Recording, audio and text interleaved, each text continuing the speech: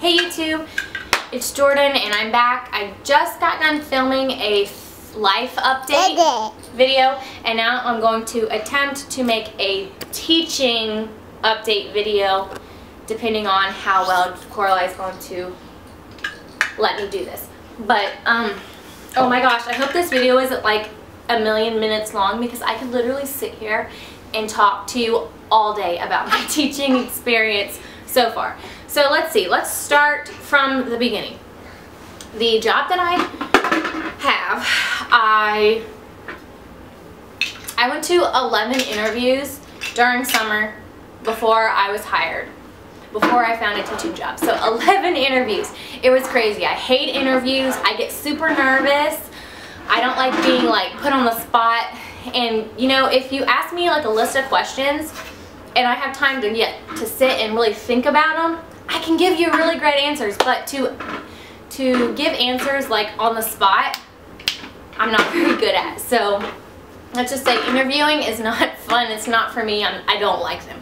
But so I had to go through 11 before I found a teaching job. So the place that I am now working, I applied for a 4th and 5th language arts teaching position. So I went to the first interview. The lady that interviewed me was really nice. I don't know, something about her just made it super easy for me to talk to her. So so I went through that interview. She called me back and wanted to do a second interview where I had to do a model lesson with her and the superintendent. So I went in and did that, and I got a phone call back saying they wanted to hire me, but they said, oh, we see that you're licensed to teach math as well. I'm licensed to teach grades 4 through 9 math and language arts. So she's like, oh, I see that you are licensed to teach math as well. And I was like, oh gosh, because in my heart of hearts, I really only applied for language arts positions just because it's more of my passion. I enjoy teaching language arts more than I enjoy teaching math. So I got a little nervous because I was like, oh great, they're gonna want me to do math as well. Well, it turned out this is so crazy. So I applied for the 4th and 5th language arts position, and then they're like, well, I see that you're licensed to teach 4th and 5th math as well, so we want you to do your model lesson with math. So when I went in the second round of interviews, I actually modeled a math lesson. So I didn't know what was going on. But then I got the phone call, and then I got a phone call saying that they wanted to hire me, but they wanted to hire me as the 4th and 5th grade teacher teaching math and language arts, and the 4th and 5th class would be combined. So I would have a split class of 24 students. Some of them would be 4th graders, some of them would be 5th graders, and I would be teaching math and language arts. I remember getting off, she's like, think about it and call me back. So I remember getting off the phone and just bawling my eyes out. I was crying, I was upset, I was sad, because it's not what I signed up to do. It's not what I interviewed for. It's not what I was wanting to do. You know, me being a first-year teacher, the thought of having 4th and 5th graders in the same class scared the living crap out of me. I was so terrified. I didn't want to do it. I really didn't want to do it, but it was my only job offer that I had gotten. So, you know, and being in the position I was in, I really needed a teaching job. So, oh, mwah, kisses. So I remember after I cried about it, whatever, I decided to do it. So they hired me on. I was scared out of my mind, but I did it. So, so at the beginning of the year, I was a 4th and 5th grade teacher teaching math and language arts. And it was hard. It was so challenging. I wasn't prepared for what I was thrown into at all. I teach an inner city school. I had never seen such disrespectful kids in my entire life. It was like, it was nuts. And I'm eating my words now because, gross, she just spit up. I remember when I did that urban versus rural school video, and how different it is to be teaching in an inner city school, and how the only inner city school experience I had, I didn't like the way the teachers talked to the kids or reacted with the kids, whatever.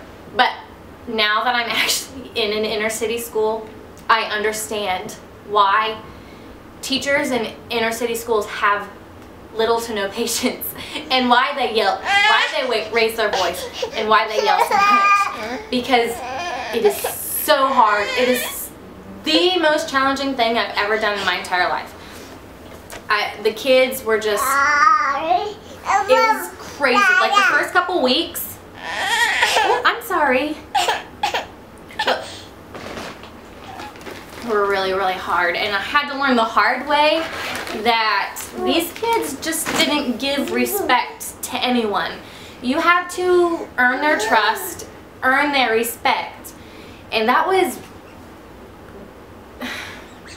it was so hard for me to wrap my brain around that, because all my experience before had been in rural school districts where the kids were just little angels all the time, and maybe, just maybe, you would have one or two in a classroom that were really difficult. But here I was thrown into this 4th and 5th combined classroom, and over half the class had like serious behavior issues. So it was a rude awakening. So I struggled the first few weeks, and that's kind of the reasons why I pulled away from YouTube the way I did, because I would just come home in tears some days because it was so stressful. Like, the stress of it all was ridiculous. I was kind of thrown in. They didn't really give me any I didn't have a curriculum. They were moving to the Common Core standards, but they didn't have any new curriculum that aligned with the Common Core standards. I don't even think they really even knew.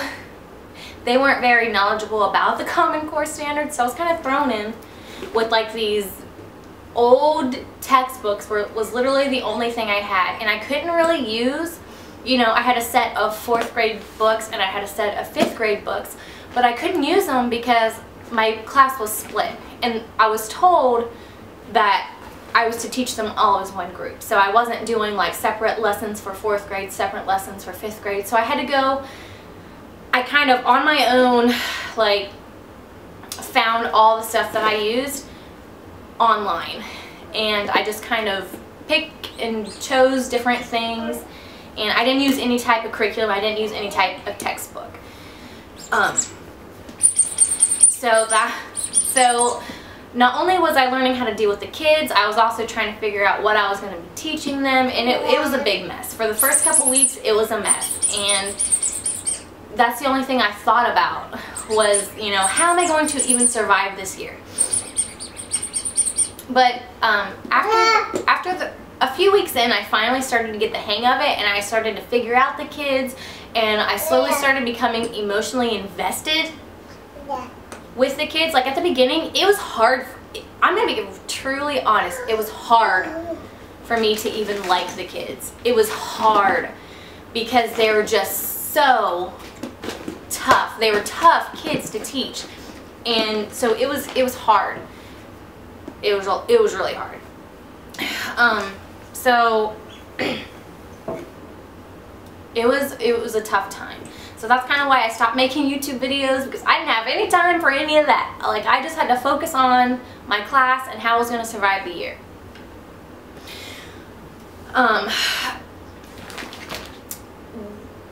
Our school has a lot of very challenging students in it. Almost every single one of my kids are like at least one, and most of them are 2 or more grade levels behind as far as their ability goes.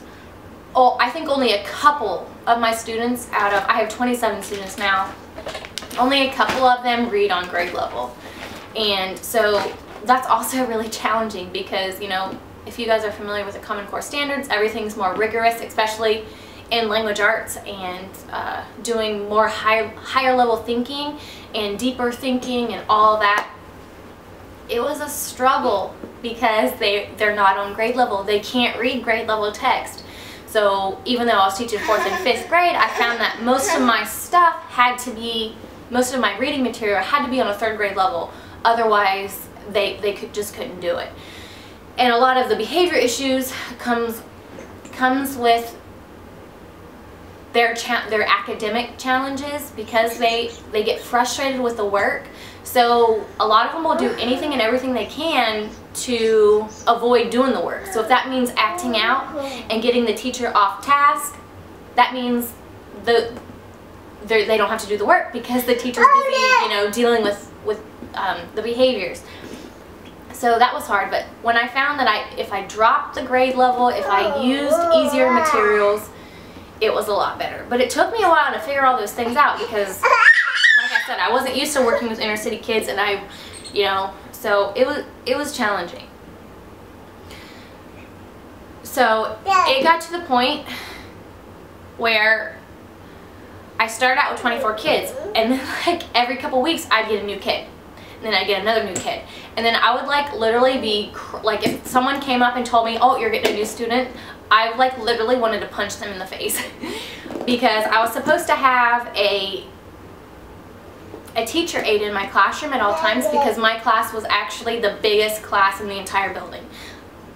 And that was 24, because my 4th and 5th were combined. I had the biggest class in the entire building. Biggest class in the entire building, a split grade level, and I was a first year teacher. So it was a mess. But so now they've actually split my classes. They found somebody, they hired a new person to come in, and they split my classes up. So now I have a 4th grade class and a 5th grade class, and they did this right before we came back from Thanksgiving break. Our Thanksgiving break was a week long, so they decided to split right before break, and the Monday that we came back after break was when my classes were split. So since Thanksgiving, my classes have been split. So I have a 4th grade class and a 5th grade class, which has been amazing, because I went up and I told them, I'm like, this isn't working.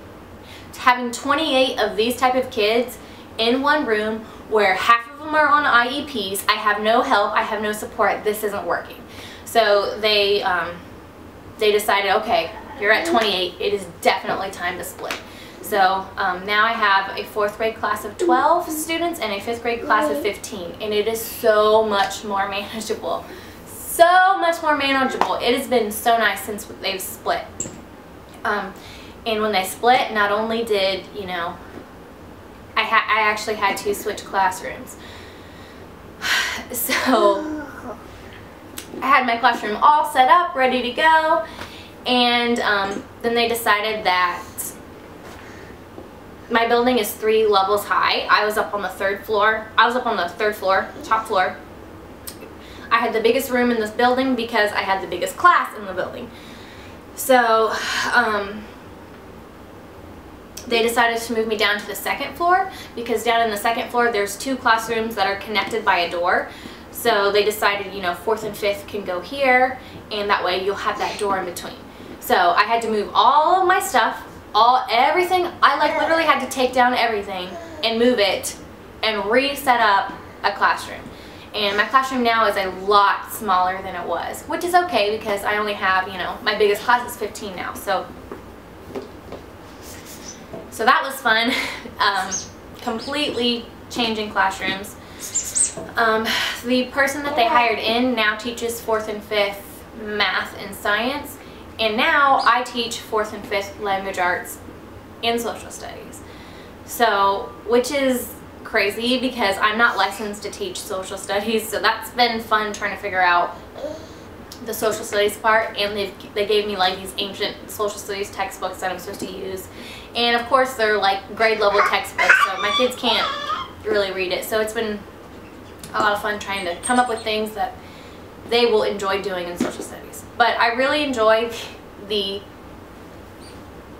splitting of the classes. It's been really nice. And now, you know, I've been with them since the beginning, and now this new teacher that came in, she's an older lady. She is really, really struggling. The kids give her hell, and I feel so bad, but I know, like, I was her at the beginning of the year, so I know what it's like, because these kids, if they don't like you, you're screwed. They're not going to do anything for you. And it takes a while to build up those relationships so that they, you know, they'll start, you know, trying, and so that you can actually get things done. But now I'm in a place where I'm the one that's succeeding and then she's struggling. So it's really nice to be on the opposite side of the fence now, because before my 4th and 5th grade class, we switched one time and they went to somebody for science. When I was teaching language arts and math, then they would switch and they would go to somebody else for science. And I would walk by the classroom and I would see that they were being angels for him. He was a male teacher. And I'd get so frustrated because they would be angels for him, but they would come back to me and just be little devils. So it was really frustrating to see that they were behaving for him, but they weren't behaving for me. And it had a lot to do with he had been there at the school for a long time. All the kids knew him, he was a male, and he only had him for 45 minutes. Whereas I had them the rest of the day. But now that the classes are split, I'm the one that they behave for, and then they switch and they go to her and they're terrible. So it's really nice to be on the opposite side of the fence for once, and I feel like I'm the successful one. That's really nice. But don't get me wrong, I still have a lot of challenges, but my classroom management now that I know the kids, I know what I'm dealing with, is so much better than what it was at the beginning of the year. So I can honestly say that things are getting so much better. I'm developing those relationships with the kids, and it really does make all the difference. And now that they all want to come eat lunch with me, and when it's time to switch and go over to the other lady for math or science, all the kids are like, can we stay with you? Can we stay with you? I'm like, no, you need to go, you know, you can't stay with me, you have to switch, you have to have your other subjects. So it's nice. I can honestly say the beginning of the year I did not enjoy it at all. It was crazy. But now I can honestly say that I enjoy it. I can honestly say that I have found my calling. I'm no doubt in my mind that I was meant to be a teacher. I love it.